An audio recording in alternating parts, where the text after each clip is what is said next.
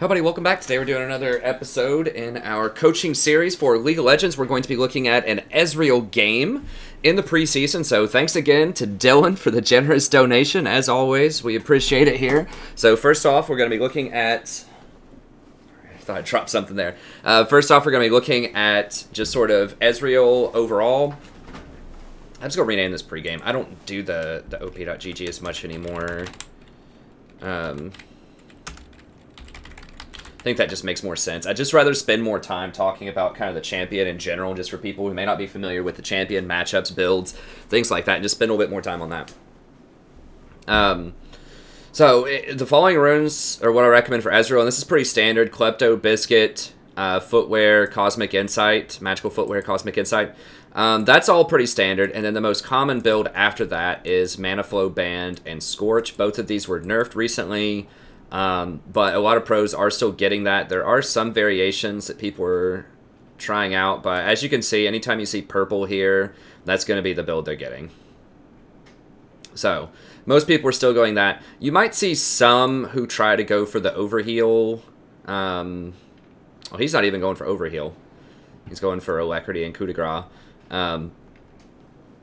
But yeah, you might want to go overheal with Targons, but the thing about Ezreal is he gets so many potions off of Kleptomancy, you don't need to heal as much. You still do want to go Targons. I made a whole video about that, but the overheal is a little much for Ezreal. He already has that covered.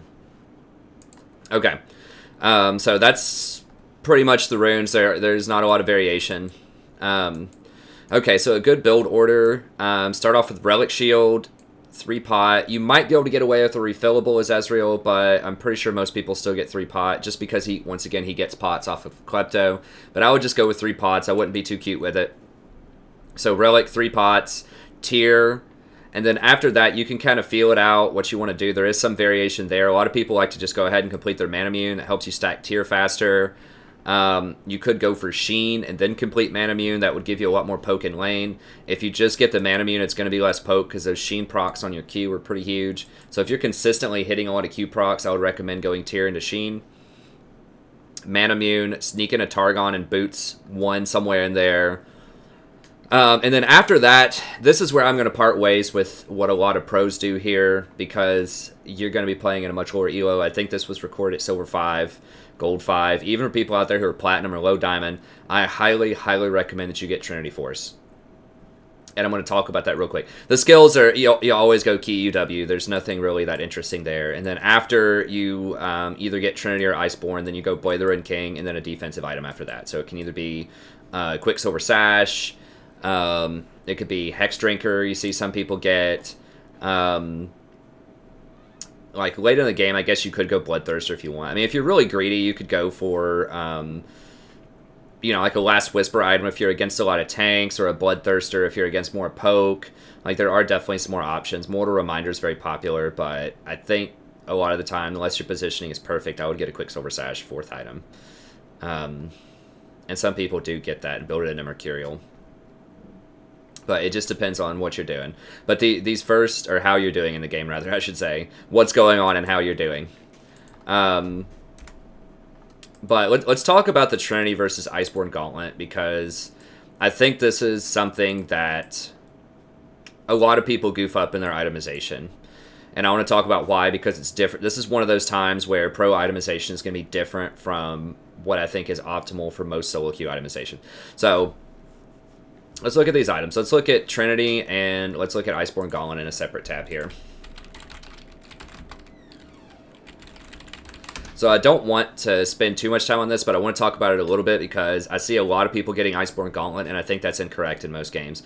So let's look at Iceborn Gauntlet first, because this is the most common thing that you'll see in most pro games. You see this little blue fist everywhere. Some people get Trinity. Actually, how many? 1, 2, 3, 4, 5, 6, 7, 8, 9. Of the top 10 entries... 6 of them have Trinity, and then the other people have Iceborn. So it's actually 60% Trinity in the first 10. But it looks like it's a lot more Iceborn in the next 10. 1, 2, 3, 4, 5, 6, 7, 8 in a row. Iceborn there, 9 in a row. Yeah. So most people are getting Iceborn. Now, a lot of those are the same people, right? Bang is 4 of those people, and he's one of the best AD carries in the world. So what is it? Why are pros getting Iceborn Gauntlet, and why am I telling you that you should probably get Trinity? Okay, well, Iceborn is cheaper, so that's number one. That's the most important thing. It's 2,700 gold, so it's much cheaper than other 80 carry items, so you can complete it a lot faster than you can complete Trinity Force, and that's a lot better in a low gold environment. Okay, so high-level pro games, I've explained this before a lot of times on the channel. I think I've even said it in several of the guides. High-level pro games, they make less gold. Okay, now they do hit more CS on average, which is good, you know, and that does generate gold, but there's going to be a lot less kills going on. Like, you're not going to see, you know, high-level challenger pro games where someone goes, like, you know, 8-2 or something like that. Like, it does happen, but a lot of times in lane, you know, an 80 carry can expect maybe 1, maybe 2 kills, probably 0 kills in a lot of lanes, right? Because people are just going to play safer. They're just going to farm a lot of times unless the jungler's there. Whereas in, like, you know, a silver game, it might not be uncommon to see one of the 80 carries bot lane go like 5 or 6-0, you know. And so, and like games to end, like this final score will be like 60-50 or something like that. Whereas like a challenger or a pro game, you know, the final score might be like 25-20. Or something. So the kills go down a lot because people are just making less mistakes and they're playing more conservatively in pro and high-level play. Okay, because they're respecting the jungler, they're taking much more calculated risks. So that means in a low-gold environment where you really need a power spike so that you can fight for dragons or fight for towers or just be able to contest, then you're going to want this item probably because it's about 1,000 gold cheaper than Trinity. Okay, so it's all about hitting specific power spike windows where you're going to be heavily contesting objectives like Dragon or like a major tower, like a mid lane tower, Rift Herald, stuff like that. So you need that power spike to be able to contest. And you're only going to get it in challenger level play with Iceborn Gauntlet. Whereas, you know, in bronze or silver, you might be able to complete a Trinity if people go for objectives, if they go for objectives at all. Right? So the laning phase lasts a lot longer. That's another thing. Games just last longer. You know, there's probably a chart out there somewhere on Reddit or, you know, YouTube or whatever. You can just look up, like, average game times. But I would say that an average game time of, like, a challenger or a pro-level player is going to be at least 5 minutes faster than something that's like silver or bronze. Because people in silver, bronze, gold, platinum, a lot of these elos that aren't challenger, they're not going to close games. And y'all know that. When people get ahead, just think about it intuitively, right? Like, people run around and chase kills instead of get towers and close out objectives. They like to dive fountains and stuff like that instead of just focusing on the Nexus and closing out the game. So, games last longer. That means there's going to be more gold overall in a game. There's going to be more kills, not just because it's lasting longer, but because people are making ridiculous mistakes. And so there's just more gold circulating in lower level games for everybody. This is why assassins do very well in that kind of environment too, is because they're going to get their items. You know, they're going to go off. At some point, they're not going to get shut out and closed out. Like, Kassadin is a great example of this, right? Kassadin is still pretty good, you know, in Challenger, but he's phenomenal in, like, gold, silver, bronze, platinum, because people don't close, and he's going to get to his second or third item no matter what most games, because people just won't end the game. So he can end up going 0-4 in lane and still coming back and winning the game. I've had that happen. I've seen a Kassadin go 0-4 and then end the game like 10-4 and win the game. Hey, thanks for the sub. I appreciate it. Whereas in pro level play, if a Kassadin gets shut down at like 0-4 in lane, they're going to just sit on him. You know, they're going to absolutely crush him and run him out of the game, and they're going to close the game in like 23 minutes. In silver, you know, it might go to 35 minutes and he gets all of his items. So it's the same kind of concept here, where this is really important in pro play for a power spike, but it's not as powerful as Trinity. It's obviously not as powerful as Trinity. It's just, is the game going to last long enough for you to get Trinity and take over? And the answer is yes, in silver, okay? So I haven't watched the game. I don't know which one of these you buy, but this is my reasoning, because I see so many Ezreals get this, and a lot of times I think it's because they're watching challenger level players or watching, you know, pro builds and things like that, and they're not contextualizing it properly. It's not that it's a better item overall, it's that it's a better item for that specific type of metagame that's much faster and much tighter with the gold, okay? So what does it do? Why is it not as good? Well, first of all, you're buying a lot of armor and you're buying a lot of mana. Okay, and this is the biggest issue, is you don't have any offensive stats in your core stat line, right? Most of your value, you're paying 1,300 gold for armor, and Ezreal is very, if you're playing him correctly, he's very safe, too, right? So, you shouldn't need that much armor. You know, you can get Ninja Tabi. Like, the only time when I would recommend getting Iceborn Gauntlet is if you are facing a very fed assassin. So if you go Mana Immune first, you finish your Targons, you get your Boots 1, you get your Sheen, you know, that's probably going to be 8 or 9 minutes in the game. You can kind of get a feel for if that Zed's going to go off middle, right? He's going to have a couple of kills, or the Talon, or the Rengar, or whatever. It needs to be relatively unavoidable damage that is AD damage if you're going to get this item. So Zed, Talon, maybe Rengar or Kha'Zix if your support's not warding very well and you're afraid you're going to get flanked. Like, there are some circumstances where this is good. I mean, you're obviously going to be getting hit by their AD carry as well, but you're not going to want to sit there and trade shots with their AD carry. You should be standing back trying to snipe them with your Qs from a long distance. So you're paying a lot for a stat that's not offensive. You're paying a lot for mana. You're paying 700 gold for mana here. You're going to have almost infinite mana, right?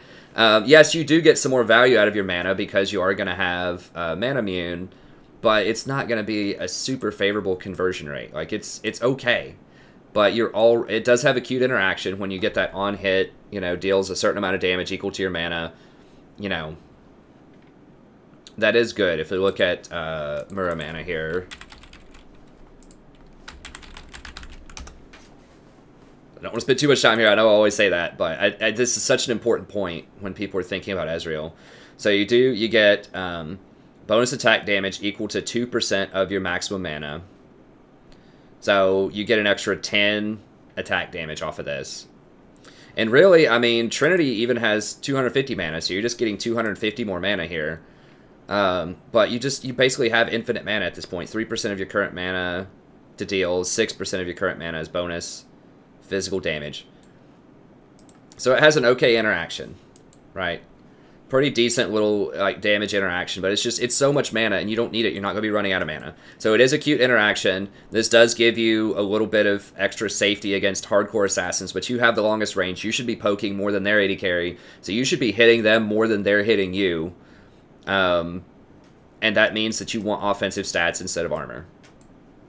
Okay, and yes, you do get the Icy Zone, you know, which does extend as you get more armor, but you're not going to be buying a ton of armor. So yes, you get an Icy Zone that does help kite people. It does help chase people.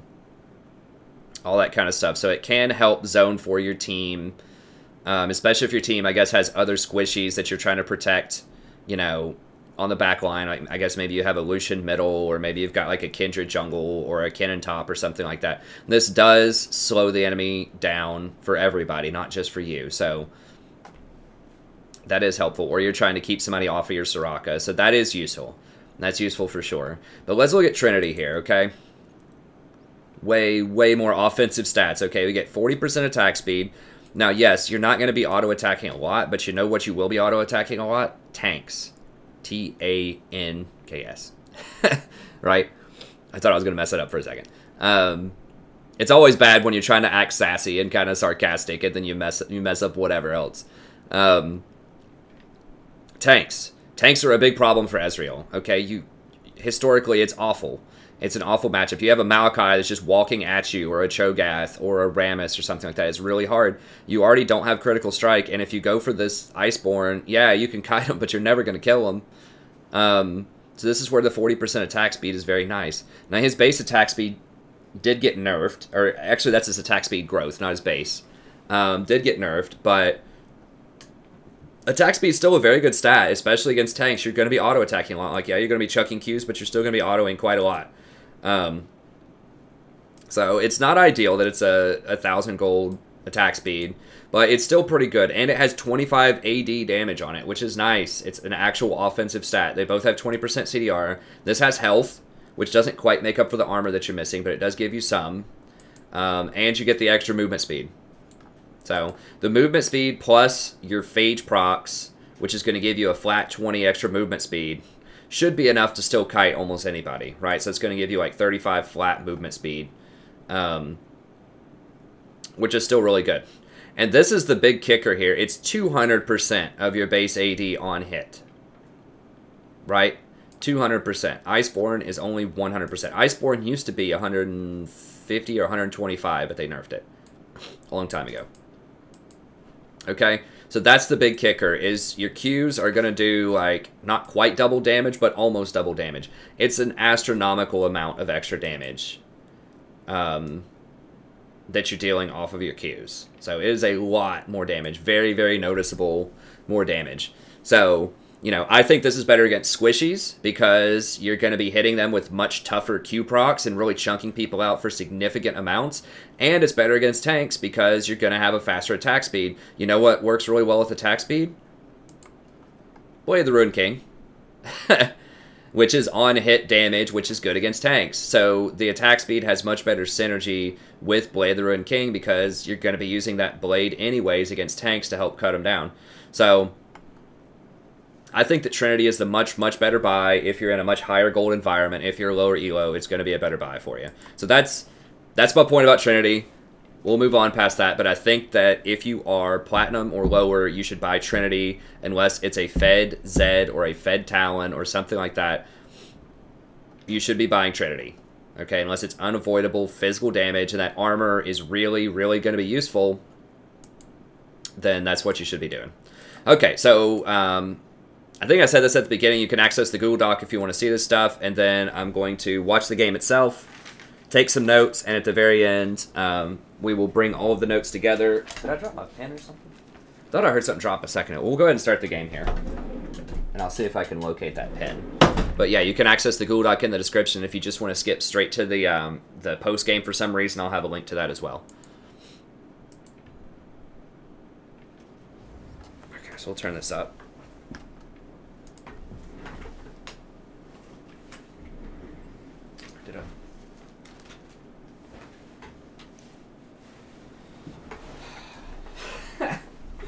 Oh, there it is. Got him. Got him, coach. Okay, I did drop the pen. I always have to have a blanket on me because the cat likes to jump on me half the time, and her claws are pretty long, and she tears up my pants or my leg if I don't have a blanket, so. That's why, if you ever wondered, why does he have a blanket? Is he wearing clothes? Yes, the answer is I am wearing clothes, but I don't want them to get destroyed by the cat. All right.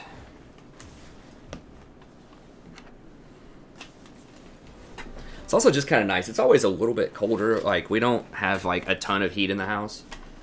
Like, we do have some, but obviously, but, you know, you save on that electric bill, man. And keep it a little cooler. Okay. Speed this up a little bit here. Talk about some of these picks. And Dylan submits versus YouTube. A lot of people will submit in the League client. There's pros and cons to each one.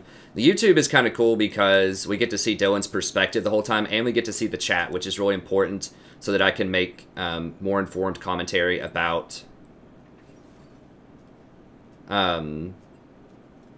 shot calling or dealing with tilt or dealing with mean teammates and stuff like that. So I can actually see the chat on YouTube, which is nice. The downside is I can't tab myself and see items, and I can't look around the map.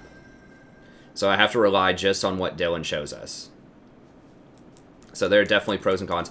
And it's harder, like the hotkeys just aren't quite as friendly. Like I can't speed up and slow down as fast as I can. There just aren't as many tools, but the biggest one is I get to see the chat.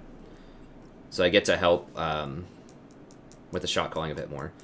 No, not stopwatch. You want Biscuit and you want Scorch. I guess, you know, Transcendence is okay, especially after they nerf Scorch this day and age. I don't know. With Sona, though, Sona's going to be harassing a lot. I think you still want Scorch, but I understand the argument for Transcendence, especially if you're not going to go Ionian Boots.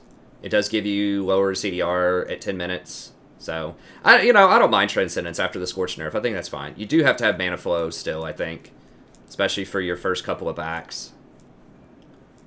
Okay, we got Spellbook, Sona. So, and she doesn't have Ignite, so be aware of that. What is there? Okay, it's Vel'Koz. Okay. You always want to look at the summoners and just see if there's anything of, like, interest there that you should pay attention to. Now, they do have a Zed here, so it's possible maybe you want to go Iceborn Gauntlet. God, I just... Every time I see an Ezreal go Iceborn Gauntlet, I just want to cry. But it's because they just don't do enough damage. And that's another thing in, like, in lower elo, you have to be the person doing damage. If you're far ahead, especially, you have to do damage from the AD carry position because that's such a powerful scaling position. It's arguably, depending on who the mid laner is, it's usually the highest scaling damage on the team is the AD carry. I guess there are some top laners if people actually play the good top laners, like Fiora and Camille, where you could do a ton of damage. I mean, like Maokai, they're really good too. I just think that Camille and Fiora are just criminally underplayed for solo queue. They're just so good if you're good at them, just smashing through solo queue. I see so many Rivens, so many Yasuos. I'm like, where are the Camilles? Where are the Fioras? Like, Riven's good too. You know, Riven and Yasuo are good too. I just think that Camille and Fiora are just very underplayed, especially since they buffed Tiamat, but that's a different thing. Okay.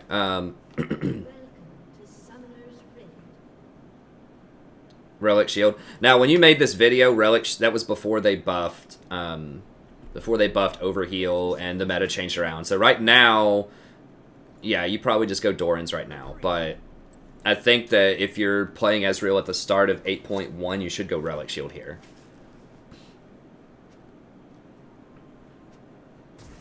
You know, honestly, I could even see maybe an argument for going Spell Thief. Like, if they nerf Relic Shield, I could almost see an argument for going Spell Thief, but maybe. I don't know. Nah, after you get tier, you don't need that. Just Relic Shield. If they nerf Relic Shield, I guess you just go back to Doran's Blade. I mean, one thing about Doran's Blade, though, versus Relic Shield is if you have a hard time last hitting, you might need the extra AD early for Doran's, but that's really the only reason not to go Relic Shield now. And it's a very large cost. I would say just practice more in the practice last hitting and then just go Relic Shield. Just as an AD carry in general, I don't mention this that often, but you know, and your CS is pretty good, especially for silver. Now you need to get her out of there. Ping her back, ping her back. What is she doing? No, Sona.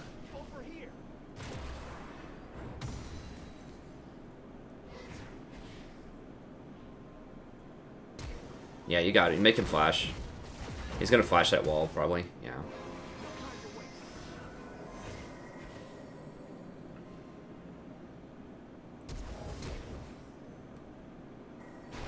That's fine. Trading that flash. In general, you want to flash auto and then Q her, because once your auto animation starts, then she can't dodge that. So if you flash auto and then after wherever you see where she flashes, then go ahead and Q her. I don't think that would have killed her anyways, but in general, that's what you want to do. You want to flash and get that auto off. Okay, good. You need to look up there, though. I mean, we've talked about the locked camera thing before, but I would say, you know, to kind of wean yourself off a locked camera, I would say, like, in combat, you know, once a big fight's starting, then you can, like, lock the camera, but if you're not in combat, especially if you're like walking to lane, you need to try to look at other lanes. Or like right there, if you're about to rotate, you need to look up there and just see what the situation is. Like you can kind of see off your mini-map, but it's harder to see like their health or like which abilities they're using, stuff like that. Especially their health. So that you know what you're getting into when you get up there. You're like, okay, this person's low, this person just used their flash, or this person just used their whatever core ability, this Morgana just wasted her Q, or something like that. Then you'll kind of know what you're working with when you get there. Okay, good. Yes, poke him in. Ooh, nice. Ezreal's still very good. He has received a couple of nerfs, but especially with Vayne's banned, like if you want to play Ezreal, I think just ban Vayne, play Ezreal, hope they don't play Twitch, and you're pretty much good to go. If you get good on him. That's fine. I don't mind the second point of Q here. Usually you want to get a W also, but the fact that you just kind of constantly have him pushed under tower and you're just spamming Qs at him, I think is fine. And you're just not going to have the mana to And W just doesn't do that much damage, honestly. It's just kind of for all-ins. Or for taking towers faster, if you throw it on your support.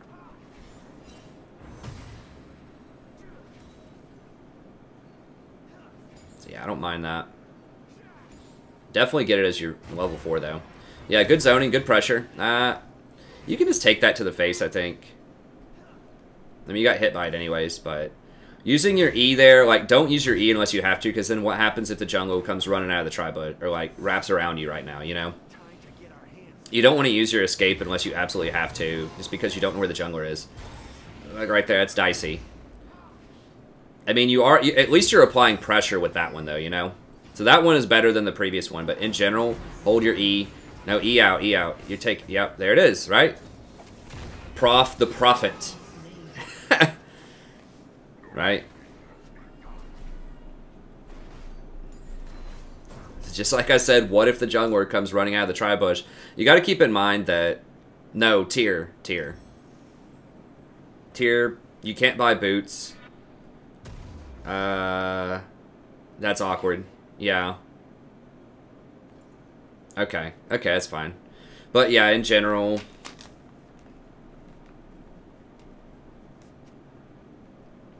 Unless it's, like, definitely a kill shot where you're going to E forward and kill him, then just do not use E in your harassment.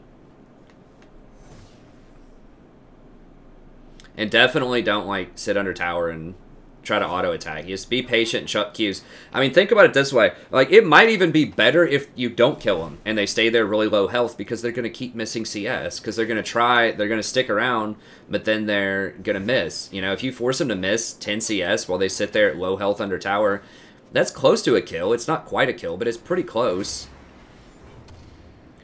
And you're just going to continue to gain advantages. And you continue the pressure. Right? So, you don't always have to kill to win the lane. If you just apply enough pressure, sometimes that extra pressure is worth, sometimes not even killing. Because if you kill them and they come back with health and items and stuff like that, then they can actually come out and maybe get CS. So, of course, it's good to kill them. I mean, I'm trying to, like... It's obviously good to kill them, right? There's no way around that. But I'm just saying that it's not that far off if you can keep consistent pressure and they're missing CS under tower for like 5 minutes. That's similar. No. I would say freeze it here. Yeah, just freeze it. Just because you're gonna make her keep missing waves. But now you're pushing, so let me back up a little bit. Okay, so let's freeze here. Alright, so you see Misfortune over here. So freeze the wave right here. Okay, so just let this push into you. Because she misses all of these CS. So by her roaming there, she's going to miss 1, 2, 3, 4, 5, 6. So that's going to be, you know, like 120 or so more gold. And she misses all of the experience. So you're going to make sure that you're going to hit 6 before her. So she's going to miss an entire wave of experience. Because you have more CS, right? You have 3, 4, 5, 6, 7, 8, 9. So I would just last hit this, let it push in, set up a freeze right here. Because she's not going to do anything. They see her coming. And then just set up a freeze, and then just come up and zone her off. So whenever she tries to come up and last hit, then you can just Q her in the face, and Sona can poke and harass her, and she's going to get zoned off a lot of CS. And this way, she can't, or it'll be tougher for Kayn to gank you. So this is how you apply pressure on the CS without Kayn ganking you. Now, you are opening up, allowing them to roam by doing that, but I think doing that for at least a few waves to punish her for roaming is the best way to do it. Because the way that you're doing it right now, where you're trying to push, Ezreal just doesn't push it fast enough. So what I think is going to happen... And you need to be up there on this Vel'Koz. You see her out there, like, you need to get in his face. Don't let him even get experience. There you go. But what's going to happen is she's going to run back down here, and she's not going to miss very much because you're pushing it into her. So at best, she might have missed those, like, 3 or 4 CS, but you could have denied this entire second wave to her. Yeah. So right now, the wave's about even, so she's not going to miss anything. So she basically has no penalty for... roaming up there. Whereas if you let it push into you, she would have missed that one wave for sure, which she still did miss that one for 120 probably, but she would have also missed the a second wave. But as it stands right now, you know, she didn't miss anything, so she got a free roam. So yeah, you're right, a lot of times you want to push, but if it's if the wave is that far pushing against you, just let it push into you and freeze it. Because you just can't push fast enough as Ezreal and Sona.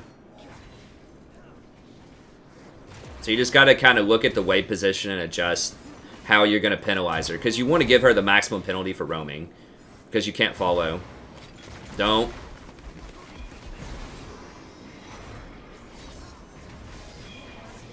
Good. She's probably dead, but... Ooh, no, no, no. Oh, God. That was a little bold, but it worked out. That was a little bold. I would have just let Jax go kill her. I mean, Jax has got her. Nice. I mean, Jax had her. There's no reason for you to go in like that. She's not getting out. But, yeah, I mean, it worked out. But it was a little risky.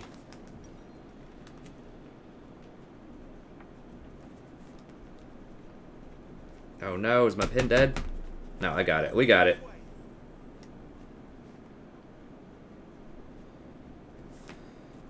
Okay, so I'm just writing down assess, wave, and freeze.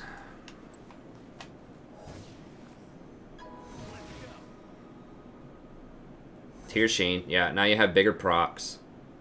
I like the Tear Sheen build. I mean, some people will go straight Mirror Mana. This gives you more poke. Mirror Mana charges your tier faster and gives you more damage on your autos and on your ult. But...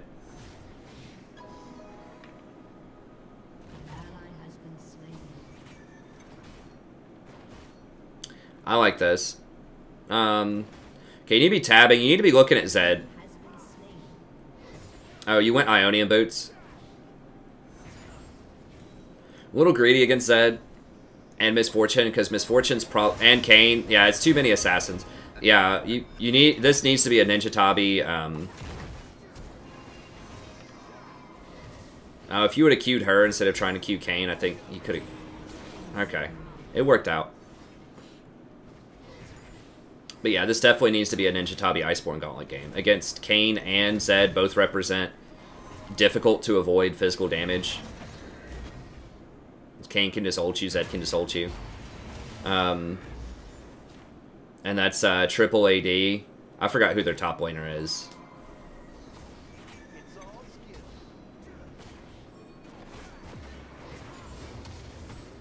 So here, Volibear, yes, that's quad AD. Now, Volibear should never touch you, but... Yeah, I know I just gave that huge speech about Trinity, but this is one of the games where you would probably want to go Iceborn. They only have one tank, and that's Volibear, and he really doesn't matter, probably. So you don't have to worry about Trinity, you know, not being able to deal with tanks very well, because they don't have a respectable tank. Not to hate on Volley too much, for people out there that love Volley, but let's be real.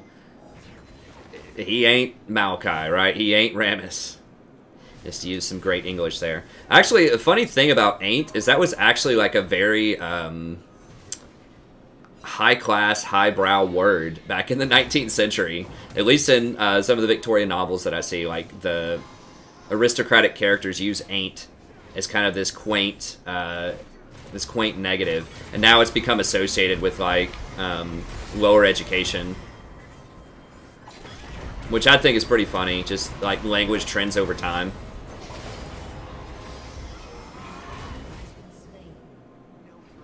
But anyways, okay, that's good. That's good stopwatch usage.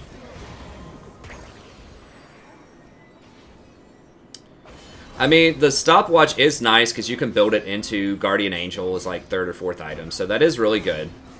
I just think that Biscuits, especially against a Misfortune Vel'Koz in general, is really nice to have that extra sustain in lane.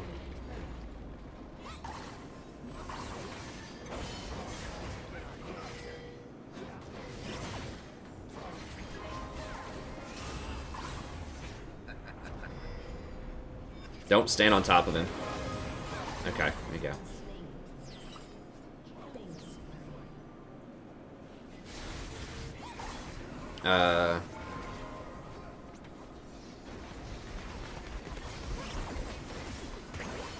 Careful, let her get her big hit. Oh, never mind. I mean, creeps were blocking her. In general, when Zoe sleeps somebody, you want her to get her big Q hit, though. She gets a lot of bonus damage.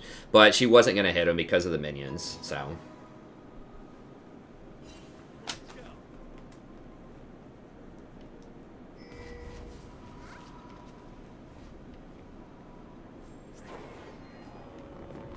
Okay, so I'm just writing down Ninja plus Iceborn versus 4 AD.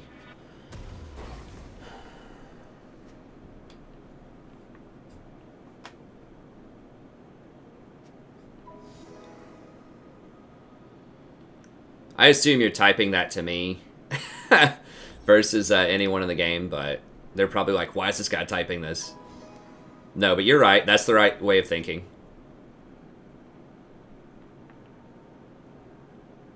It's exactly the right way of thinking, so that's good.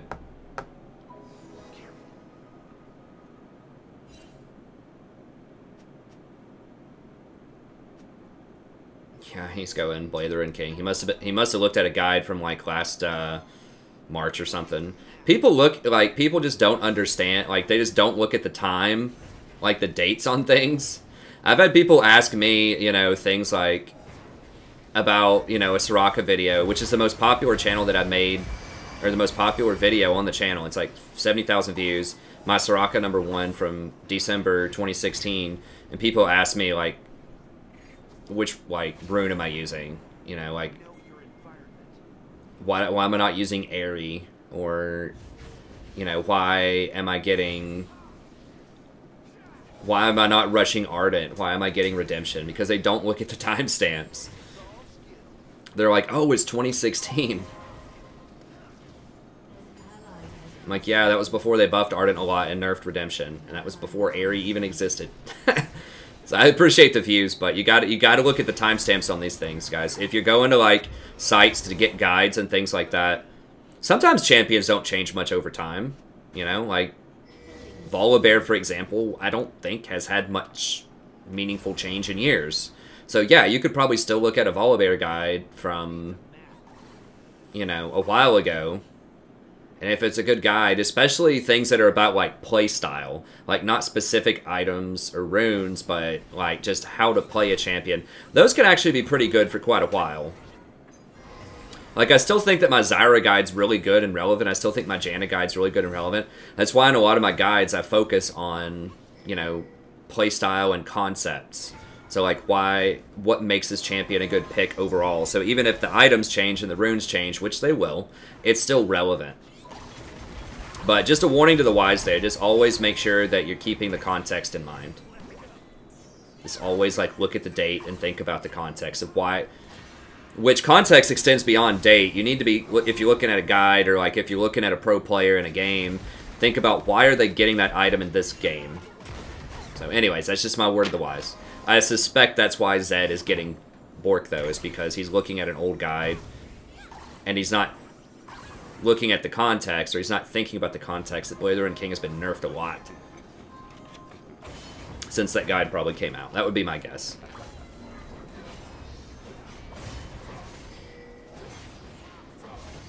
Because otherwise it just doesn't make any sense. Because that used to be the build, I think. It was a decent build before, or after Lethality got nerfed.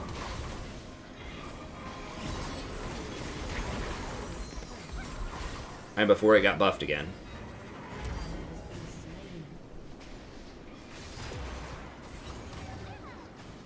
Okay. Overall, pretty good. Now, you know, I said something about, like, Volibear's not going to matter, but now that you have Iceborn, you can't really hit him, like, hurt him. You just kind of tickle him. Okay, you finally got him. But I do agree that this game... You did have to go for Iceborn, because that's what might save you here against this Kayn. Yep. So, if you didn't have Iceborn, you're definitely dead there. So, yeah, you have a hard time killing Volibear, but you survived right there. Specifically because... hit him with the question mark. Specifically because you had Iceborn.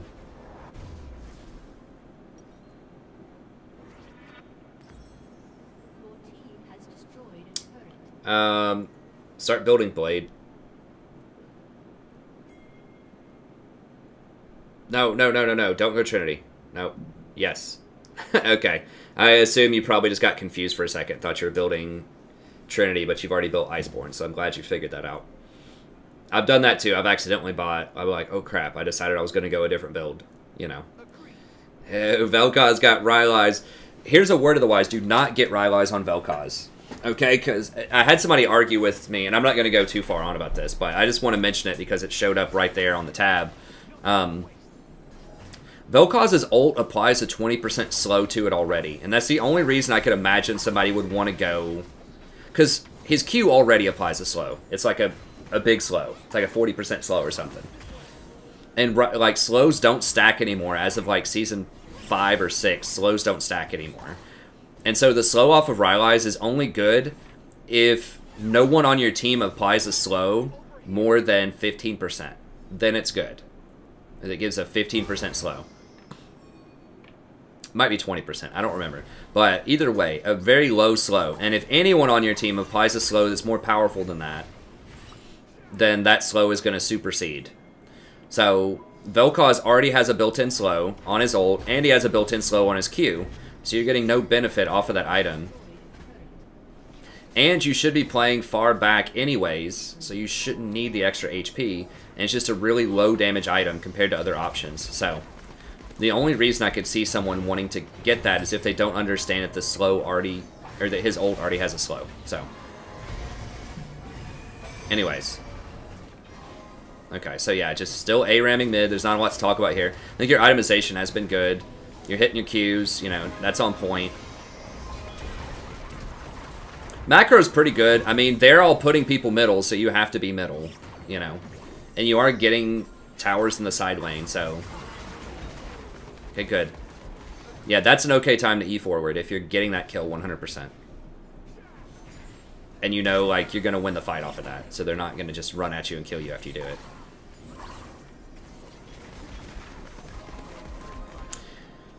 I just realized something. So with Iceborn also, if you Q a wave and you proc that Iceborn, it does apply to the whole wave. That's something that I hadn't really calculated in the argument previously. You see how it just hit both of those minions there? So that does give him slightly... Not slightly, pretty substantially better wave clear and minion control because it slows minions as they're coming in. Which is more important in pro play, but that's also pretty important in solo queue, so...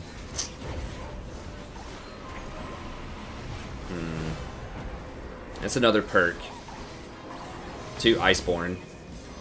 I'm still going to stick with just, in a lot of games, if they don't have unavoidable AD damage, or they just don't have, like 4 AD, 3 or 4 AD, then you would want Trinity, but I don't know. There is a compelling case for Iceborn.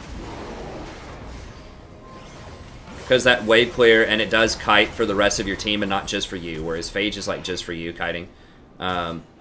Keep running. Try to get towards Sona. E over that wall at Sona. Get to Sona. Go to Sona. Go to Sona. Like, if you walked at the edge of that wall and then E'd over to the Sona, then she could have W'd to heal and shield you through it. And you would have gone out of vision of the Zed. So he would have had to use his W over the wall, at least, to get you. Or to catch vision of you. But yeah, if Zed's chasing you, you need to find Sona and try to get to her. So that she can at least E you. Or W you.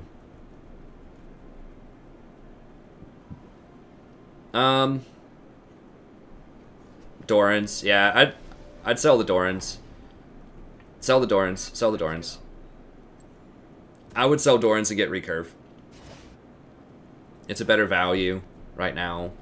And yeah, I would hold on to Stopwatch and I would just buy a GA after you finish Blade the Ren King. Because Dorans is kind of dead weight right now. Like, it's nice, but... I mean, I know you kind of want the lifesteal, but Bilgewater's already given you some good lifesteal.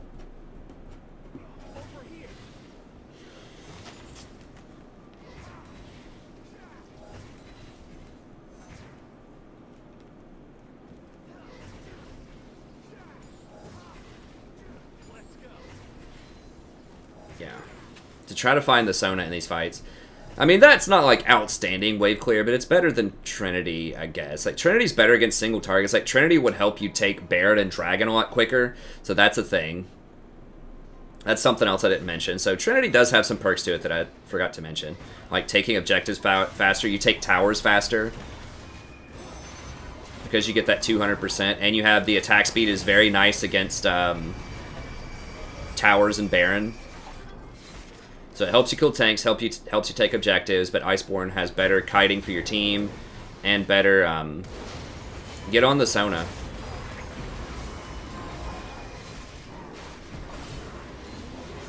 E backwards, E backwards. There you go. Watch that E. Every time it's up, you just spam it. Throw an ult in there. No, you can go up, go up, go up. I think you gave up on that a bit too early.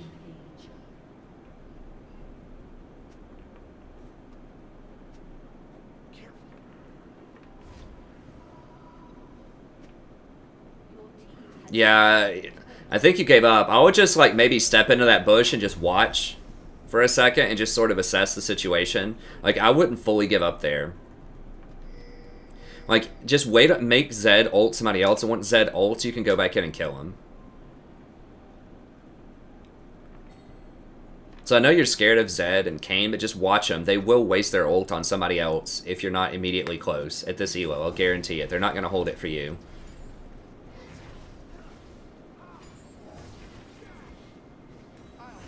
I guess that's not like blistering wave clear. Okay. You get a little bit of wave clear for that E. The big perk is being able to kite for other people on your team, like being able to help Sona out. Does Sona have Sunfire Cape? Okay. I mean, I guess she is getting focused out a lot because she's out of position.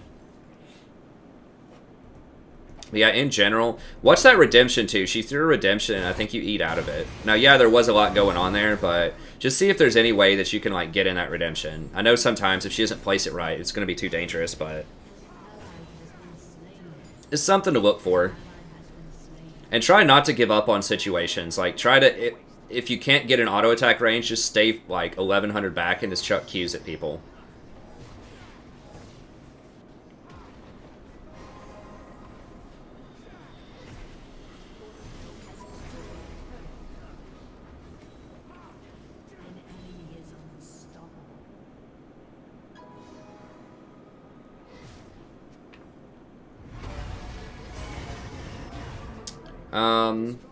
No, keep going, keep going. They're all, look, look, look, look, look.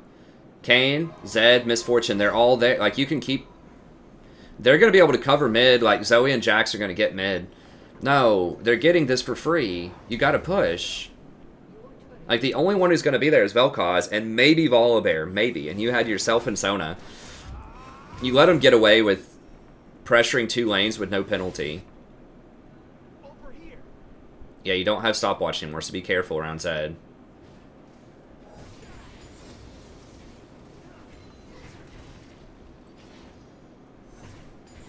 Yeah, he's there. Careful, you know he's there.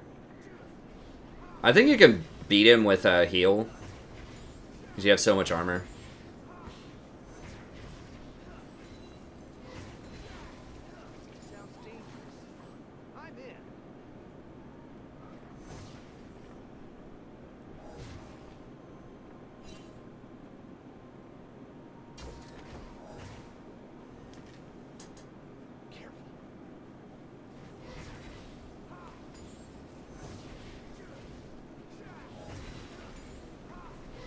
Be careful, he could be, like, just in random bushes.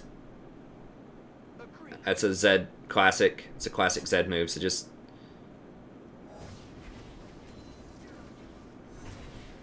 Okay, let me see what everybody has here real quick. I was more worried about Zed in those bushes.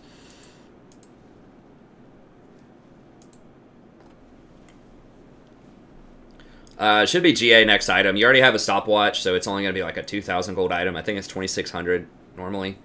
So definitely GA next item. It's just so cost efficient.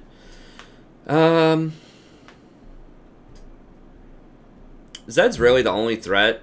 Kane's getting there, but he is red Kane instead of blue Kane, which is good news for you. Vel'Koz finally got a damage item. He got Void Staff, so that's good for him. I don't know what he's building next. Misfortune is... She's out of it. She's only got 105 farm, only 1 item. Yeah, so all you really have to do is watch out for Zed. As far as your team goes, Shin's pretty relevant. Zoe's relevant. I didn't see what Sona built. But I'm pretty sure she has Sunfire, or at least Bomby Cinder.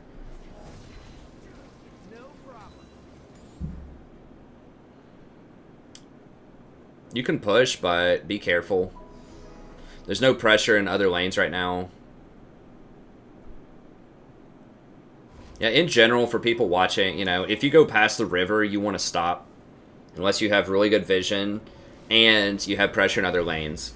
Because otherwise, they'll just all collapse on you and kill you. See, there's 3 of them just running down middle just to farm. Baron, Baron, Baron, Baron, Baron, Baron, Baron, Baron, right now. Ping it, ping it, ping it, ping it. Baron, Baron, Baron. 3 people are right there. 3 people are bottom. Baron. 4 people are bottom. Literally, all 4 of them are on the bottom side. Baron.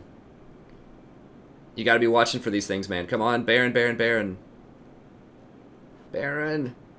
Oh, that was so free with Jax, Shen. And if you just ran there immediately off of the fountain, I think you could have had it.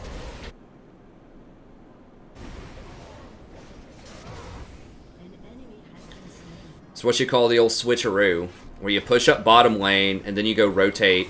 You either back or you go rotate to Baron, and then when 2 or 3 people go bottom lane, then you go do Baron.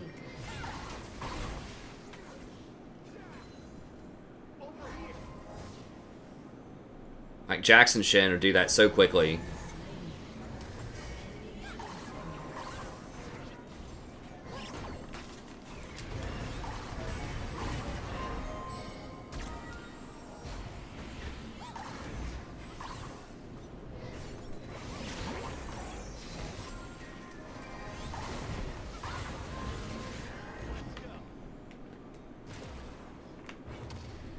Okay, so I just wrote down punish enemies for being offside. Offsides. So I don't know why there's an S on offsides, but I guess there is. Maybe that's just how we say it down in the South. Yeah, you gotta punish them. If they have 4 people in 1 lane, something... They have to pay the price somewhere. And right there, Baron was a real easy price to pay. Sometimes it's only a tower, sometimes it's deep vision, you know.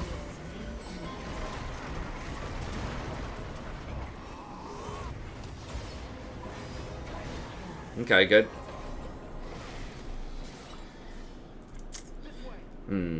Okay, so you bought Whisper. Whisper's okay, I guess. It is nice to be able to kill volley, I guess, but I still feel like GA would have been better. Because Zed's the only real threat. I mean, you do, at the end of the day, you only have 1400 HP, so yeah, you do have decent armor, but Zed's getting big enough where he can just one-shot you through that armor, so I think GA probably would have been a better buy. So I think Zed's more of a threat than volley.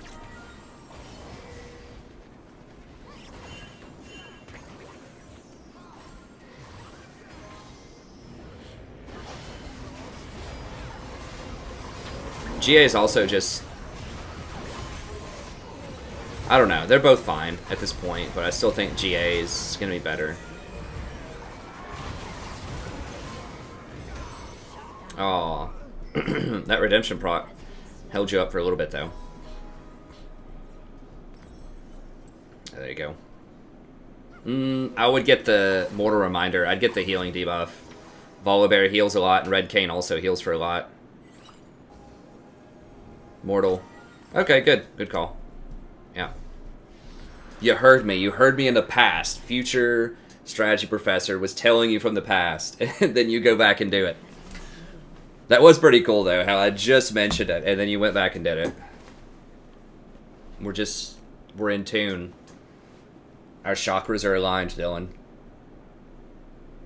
I'm not even sure what a chakra is. I actually told my wife at the medical thing, she was asking about, like, the kind of stuff she can do for recovery, or whatever, like the things she's allowed to do over certain periods of time. Like, right now, she can't lift heavy things, or, like, you know, bend over, or, you know, any sort of, you know, like to pick things up or to pick the baby up or whatever. She can't turn her head.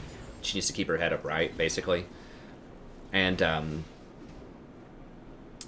I said, so do you think it would help to have her chakras realigned? And I said it with like this like perfectly straight face, and the doctor just looked so confused. He's like, what? And then I just started laughing, and he's like, hey, if it doesn't if it doesn't impact her head or the positioning of her head, sure, or something like that. So it was pretty funny. He's a funny guy, but he's also like serious, and he was taking me seriously when I said chakras align. So chakras might be a real thing. I don't know. I mean, maybe they are. I just don't know what they are. But I just know there's something that Western medical practice might not necessarily agree with. So I was just trying to be silly. I think chakras are a Hindu, like a belief. Like I said, I'm not an expert. You probably just Google it. It's like a Hindu belief that there are these different zones in your body that control different aspects of your health and spirit. And somehow they can go out of alignment. It's one of those things where, like, in America, at least, people can exploit you for that, for having these kind of, like, I don't know. It's something where people can definitely scam you in America for it. Like, pay to, like, go get your chakras realigned, or pay for, you know, all of this other stuff. Anyways, I don't want to go too far down that, but I just thought that was funny. I don't remember what reminded me of that story now, but that was interesting. Okay, so sorry, there was some just random ramblings in that coaching video there, but I think we got some good intel here. Okay, so the biggest one is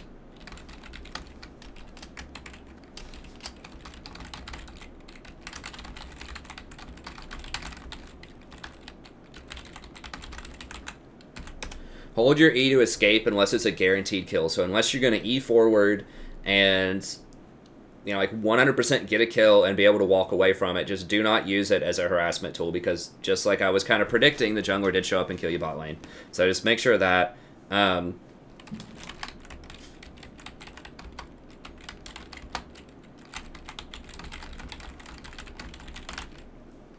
So assess the wave before you punish roams.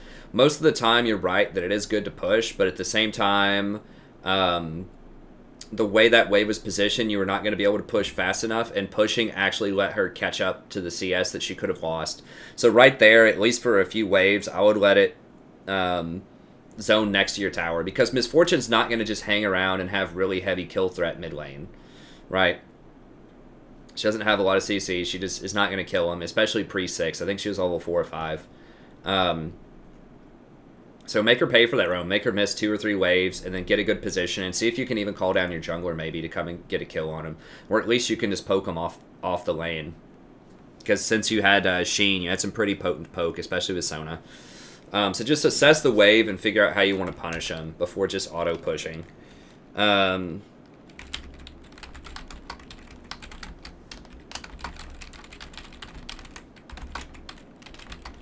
Okay, so Ninja Tabi and Iceborn. You did get the Iceborn, which is good.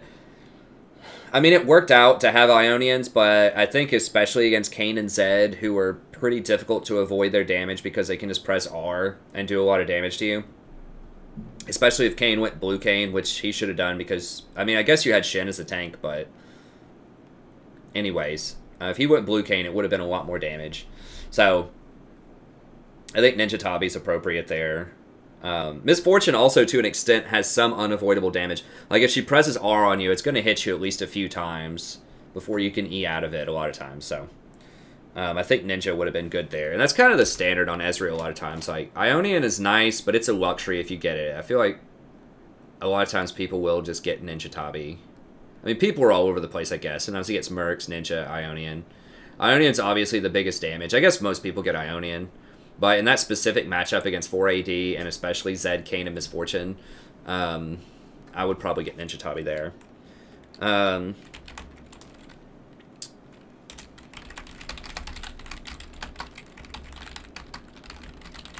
So try to stay near the Sona if you can. I know that Sona was out of position a lot. She was playing too far forward.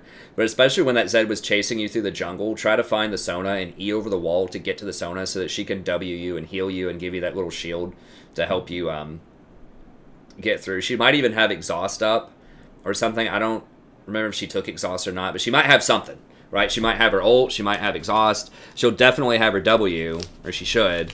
So just try to find the Sona specifically because she can heal and shield for you to help you survive that.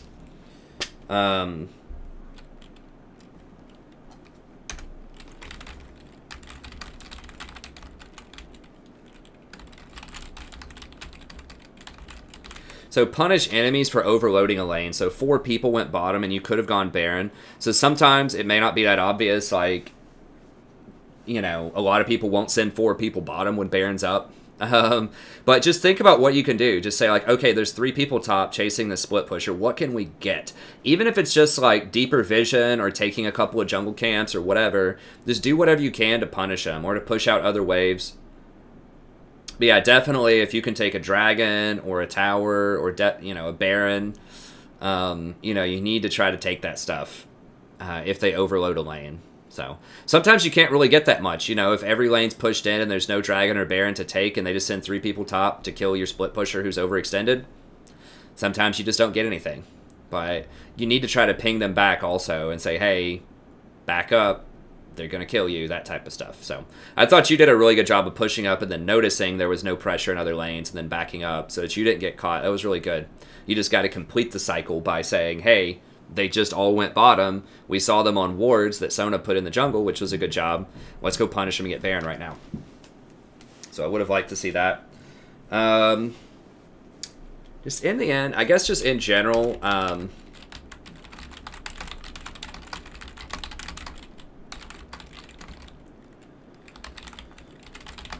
and one of the nice things about Ezreal is he's still very relevant from a really long distance away. So you can still just chuck Qs, even if you're kind of low and you're near the outskirts of the fight. Just chuck Qs in there, right? It'll heal you because you have... I don't think you had Blazer and King at the time when you ran away from that fight in the top lane. But, you know, if you see Zed and Kayn waste their gap closers, then you should be able to just sit there and just, like, hang in the back and just throw Qs at them. Even just ult them, just throw Qs and just ult and just hit them all. I think you could have potentially killed some of them or at least saved the Shin. So that's the thing about Ezreal is you just always need to be there just throwing stuff at them because you're so safe from a far distance. Against what they had, like once Zed no longer has ult, you're pretty safe. So that's going to be it. Okay, so thank you very much. Hope you enjoyed it. I do think that you made the right itemization calls for the most part in this game. I don't mind the last whisper at the end. I don't mind it. I still think GA, just because when you tab, you should see Zed is the one who's 9-2. No one else matters on their team. But I thought overall it was pretty good. I thought your positioning was pretty solid. Obviously, the E early was a mistake in lane, but you recognized that and you adjusted. And I didn't really see you E forward that much unless it was a guaranteed kill in a 1 fight. So I thought your positioning was much better. In that game, certainly than some of the other ones that we've done. So I think you're definitely making progress. I thought you played that well. I thought you played it well. So just work on these things. Ezreal's still going to be very, very good at the start of Season 8. They have nerfed him a couple of times, but he's still really strong. And just remember to get the Targons. You don't have to get the overheal with Ezreal, but you need to get the Targons early. It's just too strong not to get, unless they nerf it, which they probably will.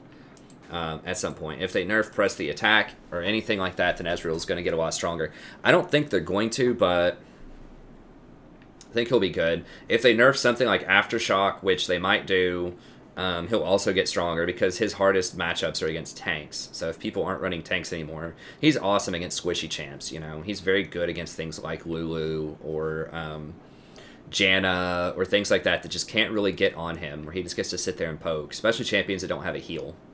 Squishy champs that don't have heal. So anyways, that's going to be it. Thank you very much. Have a good day, and I'll see you next time.